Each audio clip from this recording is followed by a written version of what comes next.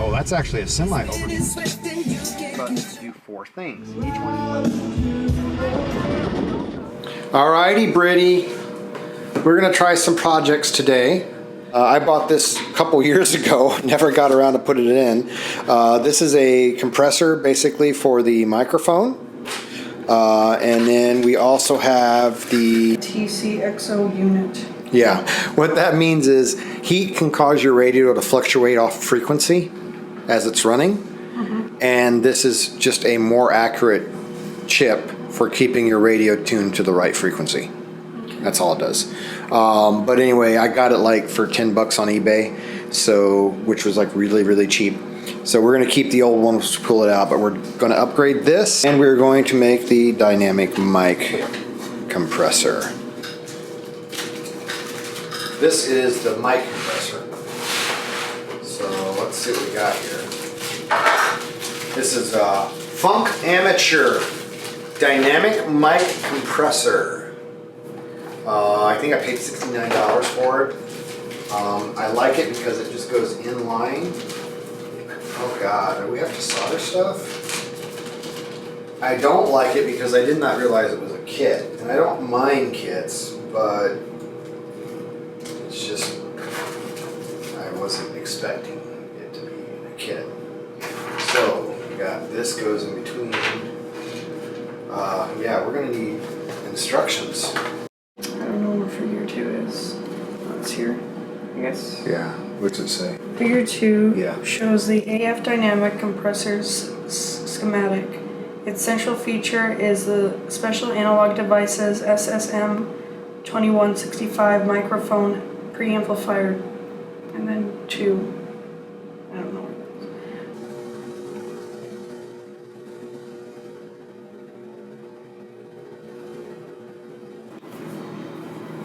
All right, there you go. Looks like we got it. So now she's got to do the other 4 on the other end. We're starting with this first because it's less apt to damage any components while she's getting practiced on her soldering. So now she's working on the other RJ45 jack. She seemed to do okay. So now Britty is going to solder on the capacitor, correct? Did I take it out yet? Still in there? Alright, so what she has to do first is she's going to tin these 2 little pads here, and then she will solder the capacitor onto it.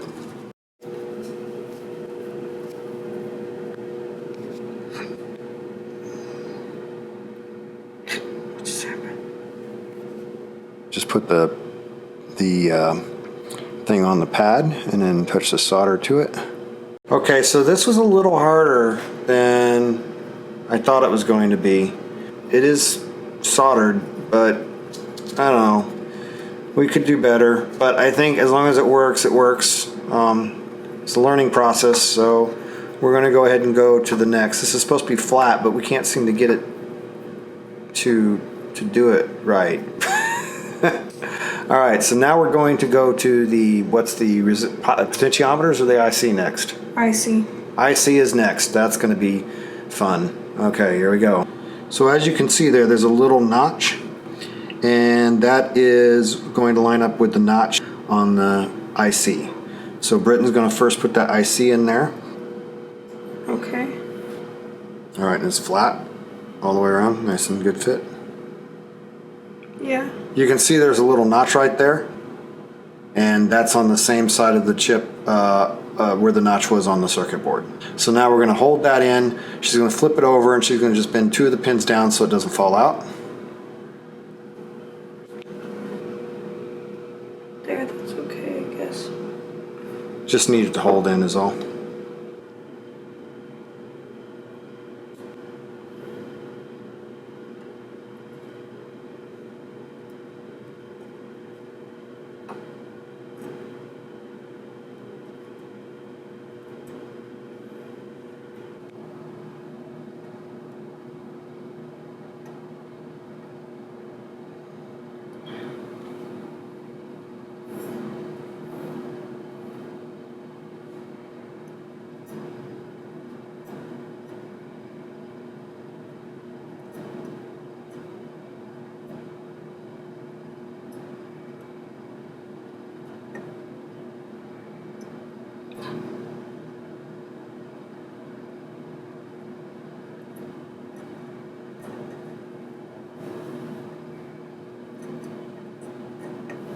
You have a solder ball just rolling around? Yeah, I got it though.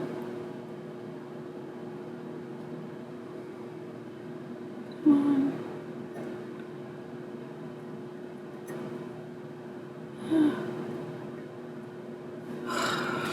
You got it? Yeah. Alright. Doesn't mean it's gonna work. It doesn't mean it's gonna work. You have little faith. Alright, I'm gonna check it out real quick and see what I can see to make sure it looks okay. Here. Alright, so now Britty's adding the potentiometer. So they're different? Each one is different? One is 100K and the other one is 1K. 1K and 100K? Alright. So now you're putting in the 1K one, right? Mm-hmm.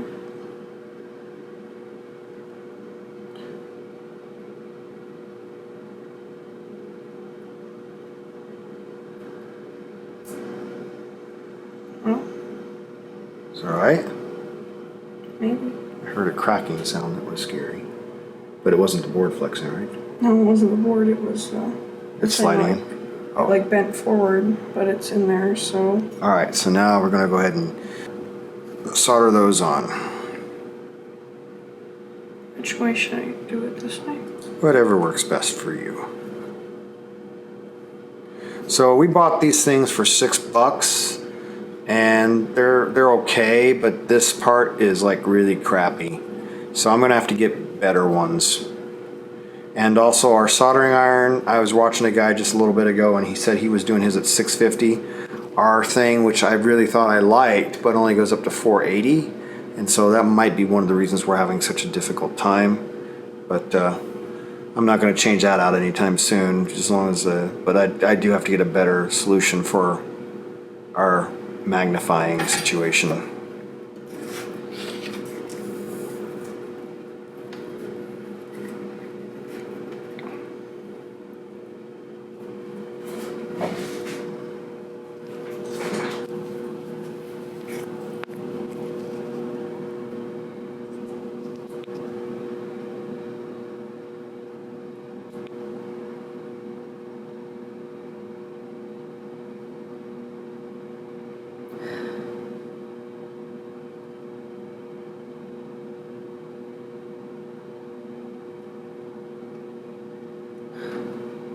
Getting it? Oh, that's stupid. So now the last thing we're putting on is the little tiny switch, right, Britty? Mm-hmm. All right. Should I bend one of these down? If it's not sticking very well. You didn't have to for the potentiometer because it was really a tight fit, but if it's not, then maybe bend one of them to hold it while you're trying to solder it. So regarding this little kit,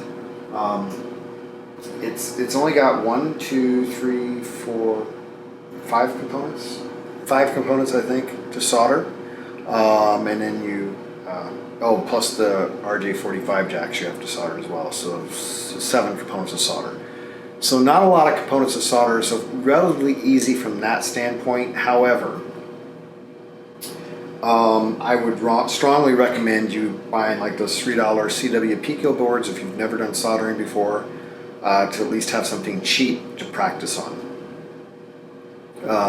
You know, so that you don't screw up a $69 circuit. Because I think this thing was like $69 bucks. Not trying to make you nervous, Britty. Forgot to mention that price after we're done. So I would not recommend this for a starter, unless you're feeling very comfortable with solder, because it's a little nerve-wracking, and I didn't tell Britton how much I paid for this until just now. If it gets damaged, it gets damaged. I don't care at this point. It's been sitting in my drawer for like 2 years, although I do want it, but it's not the end of the world. So she is doing soldering on the last component, which is just the switch, and then we are going to put it in the box. All our solders don't look great, but nothing is touching things that it shouldn't be, so we should be okay and have no shorts, and hopefully it won't fry my radio. It does get voltage off the microphone jack, so you could damage your radio with this if you don't do it right. So hopefully we'll be okay. We'll see what happens. So there we go. It's not a perfect solder job, but I think we're okay. I think everything looks good. And so now we're going to see if this thing works.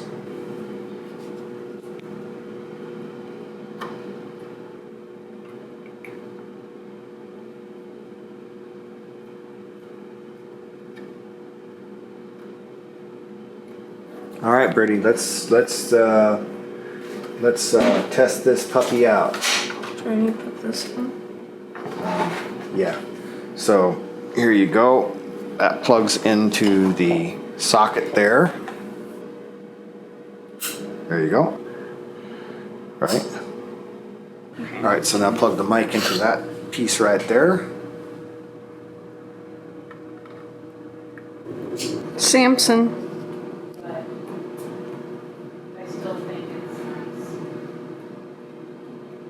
Alright, so, and Samson.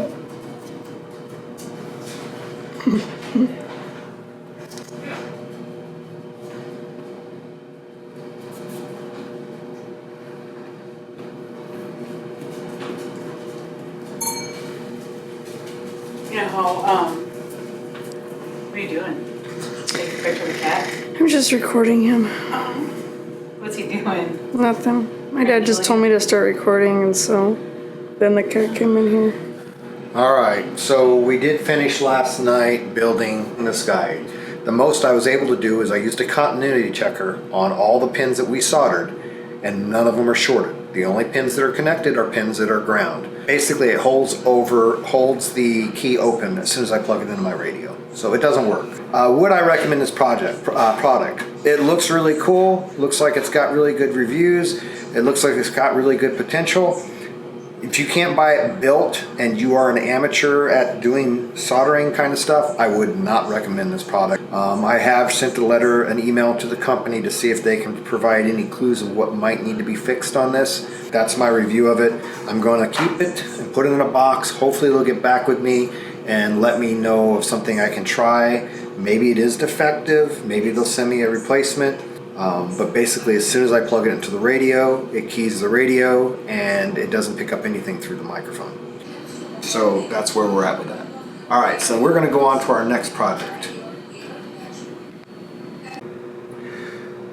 So Funk Amateur Radio got a hold of me, said to send them some pictures of the PC board for the compressor, and they'll see if they can assist me. So we'll see what happens with that. In the meantime, I've got the TCXO. I bought off eBay for like 15 bucks. This will help your radio to stay tuned into the frequency you select a little more accurately. Although the ASU does a really good job at it. Anyway, I figured this is a pretty good add-on for 15 bucks. It was just cheap. I figured I'd get it done. So it's pretty easy to do. You just take off the screws right here on the side and the two on the top. Be able to pull this over to the side. Don't want to strain the wires here, so be careful when you do that, not to strain these wires. Go like that. And then we take this off.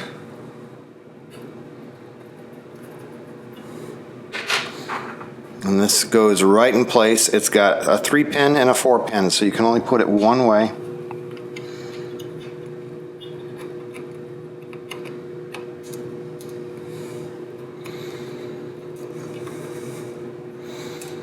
And that's it.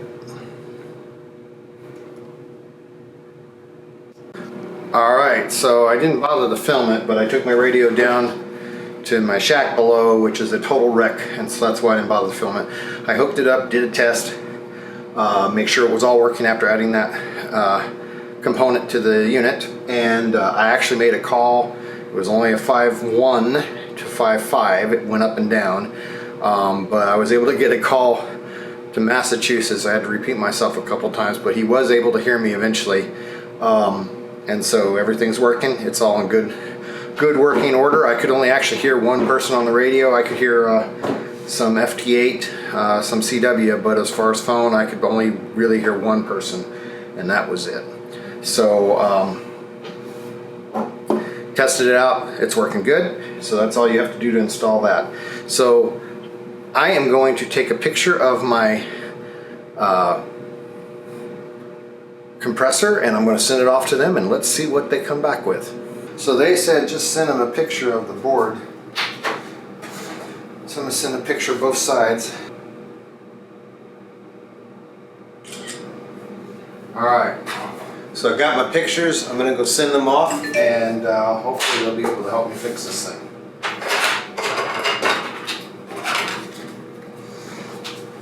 Great news, I got a hold of Funk Amateur. They're the ones that make the microphone compressor for the 817. They had me take several pictures and I sent it to them. They said they couldn't see anything wrong with the solder work that we had done and everything looked like it was right. So they asked me to just ship it back to Germany, and I guess they're going to fix it for me. So with that being said, if that really comes back fixed, then I guess it's worth the attempt to try this unit out. Everything I've read about what it does seems like it's a really cool addition to your 817. My only concern was, like I said, we couldn't see anything wrong with what we done other than they weren't perfectly beautiful solder jobs. We couldn't find anything. So I'd be curious to see what they come back and say what was wrong, and hopefully they'll fix it. And in which case, like I say, we'll follow up and see how that goes. But if it comes back fixed, it's probably going to take a while, but then I would strongly recommend, and I will provide an update for that when I get it back. Alright, so I've got my 817ND. I got it all hooked up here to my antenna. They sent it back. I just got it back. I was adjusting the potentiometers.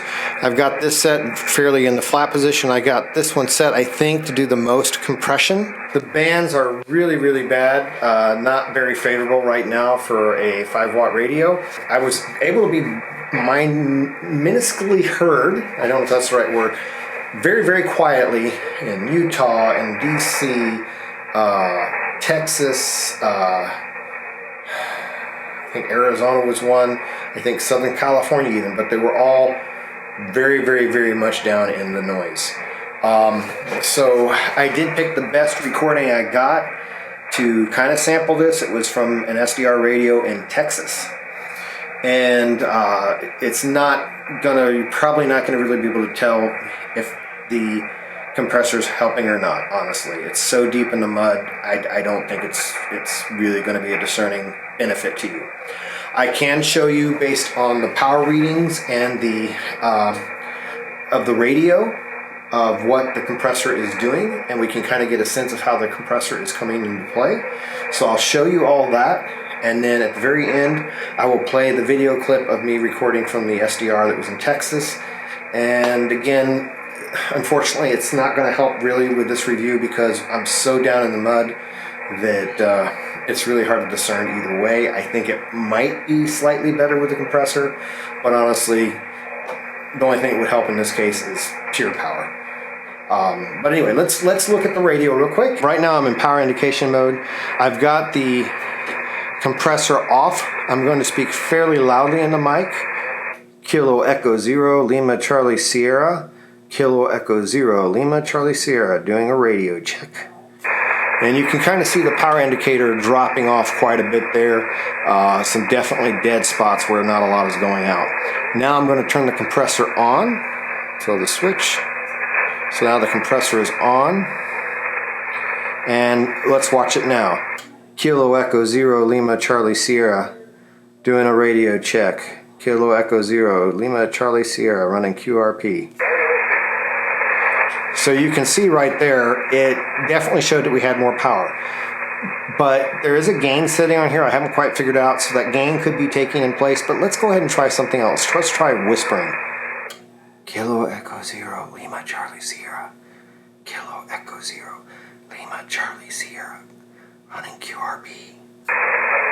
So you can see there, it definitely boosted my whisper. And if I yell, Kilo Echo 0 Lima Charlie Sierra, it's still putting out the same power all the way.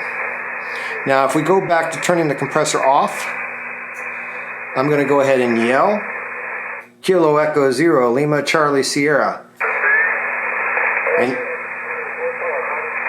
And you saw that the power indicator showed stuff going through it. Now I'm going to do it, but I'm going to whisper. Kilo Echo 0 Lima Charlie Sierra. So they sent back the device I sent them. They said everything was fine in the soldering other than it wasn't pretty. And the only issue was the cable was bad. So they took care of it. It did cost me an extra $14 to ship it back. But also it's been 3 months. So if you purchase this and if something's defective with it, it looks like they're going to take care of it for you. You will be out your shipping to send it back to Germany, but they will take care of it for you. It does look like it does exactly what it's supposed to do, from what I can tell right now. And they fixed it.